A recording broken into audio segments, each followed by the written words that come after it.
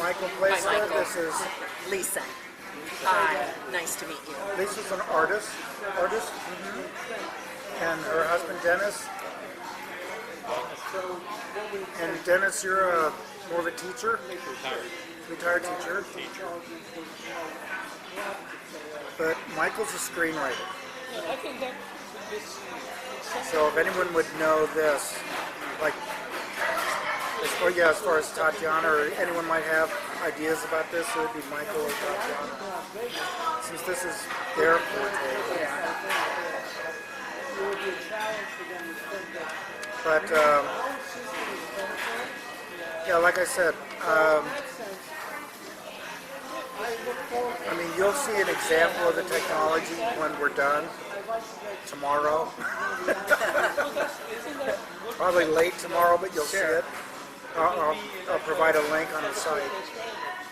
And you'll have Tatyana's photos as well. So you'll have the opportunity to actually see the difference.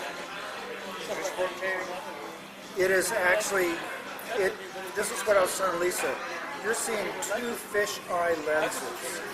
So each lens actually provides 180 degrees of coverage. So, but what this is doing is it is utilizing software. When we come up with the finished product, which is the video, the software is causing those to overlap.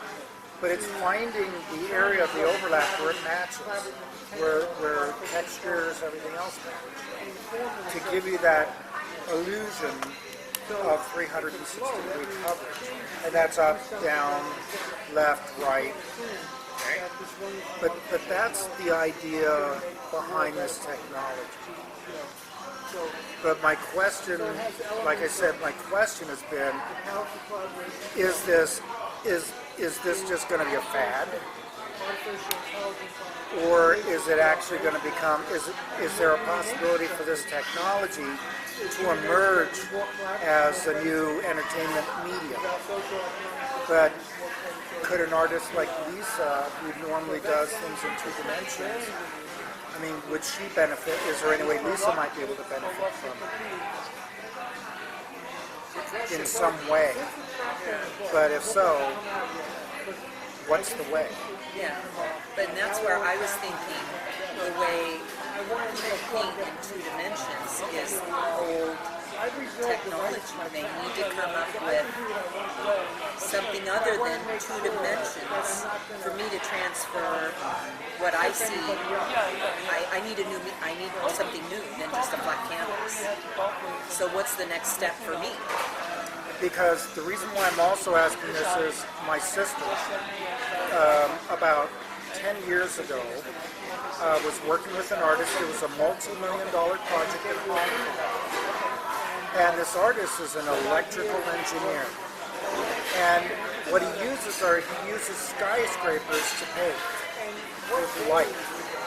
And he was actually able to create a lot of what we see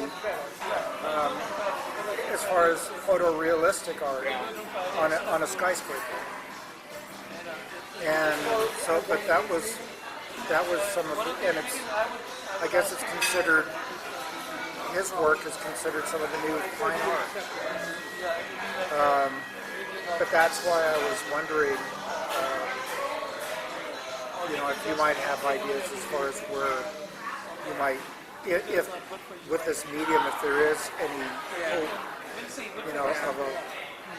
of a future for you, or if it just would be another toy to play with at a family event. I think photographers could certainly, they're the ones that are probably going to have to dig around in there and see how that works. But for me, it has to be transferred to 2 dimensions. So the 360 part is lost for me. Okay. Yeah, because the only thing I could see would be if you were to actually paint 180 degrees, 180 degrees. So now you're encapsulating someone in whatever world you Yeah, and how do you do that? Well, it had to be something that they walk into, but it would be huge. It would be huge. But, I mean, we seem to have become the society.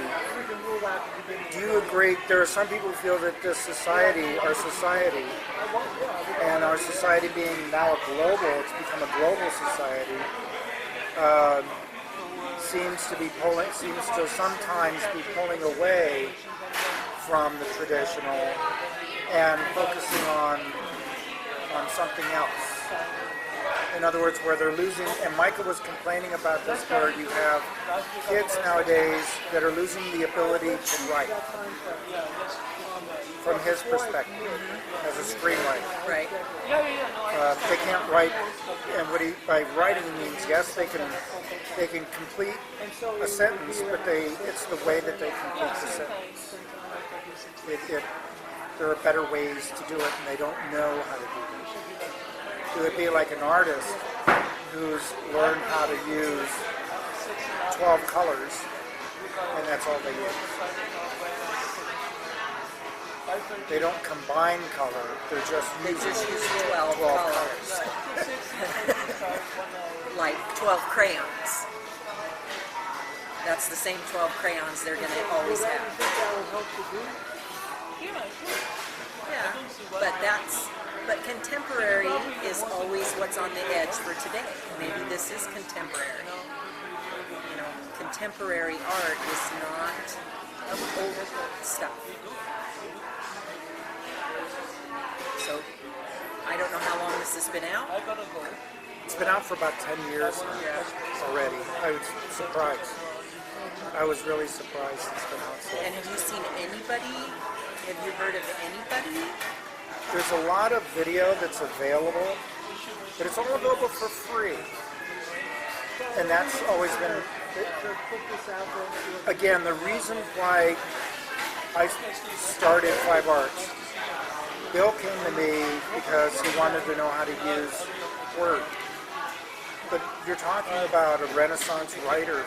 You're talking about someone who's been writing professionally. Okay. Okay. Great to meet you.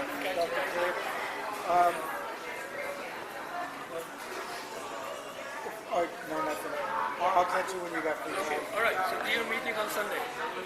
All right. But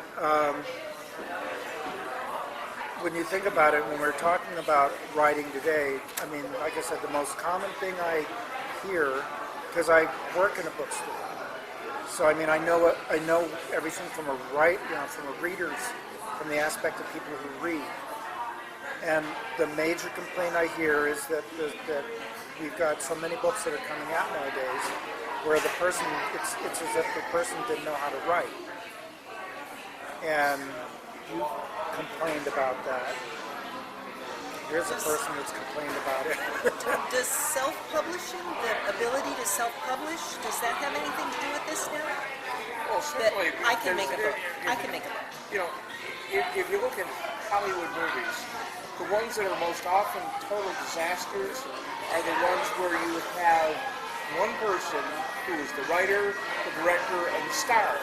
There's nobody that can come in and say, wait a minute, this is wrong. No, I'm the writer. I know what I wrote. No, I'm the director. I know what I want to direct. No, I'm the actor. I know what I want. Those kinds of things can be disasters because there's nobody to provide checks and balances. Where it's self-publishing, some people will go out and find professional editors. I do a lot of editing for books because people want to come to me and say, okay, I need somebody to look at this and give me their opinion. But if you don't, you can publish it and it'll be full of errors, grammatical errors, typos, spelling errors, or you can, maybe you're one of the rare people who can edit their own work, or you get software that edits it for you. I've got Grammarly on my computer, and I don't agree with it on some of the punctuation things it demands, but at least it's a double check. And, I've got spell check on there, and those tools are helpful to me. I don't have spelling errors, although I might have, if there's two words that... From and from. Well, or how about there, and there? They sound the same, and they're words. And I can't catch that. No. Well, it's context, and you're asking a machine to outthink a human. Okay. There are software that can catch that often. Not always, but often. But, the point is, if you are serious, you get beta readers, you maybe hire a professional editor, or maybe two professional editors, one to deal with it at the concept stage, where, you've got a gaping hole in your story, then the others who look at it from a line there, that's not the word you want to move this, you want to, rewrite this here on a line-by-line basis. Different kinds of editing.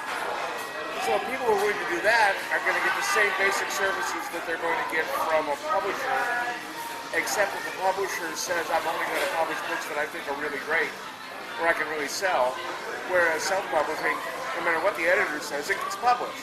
Right.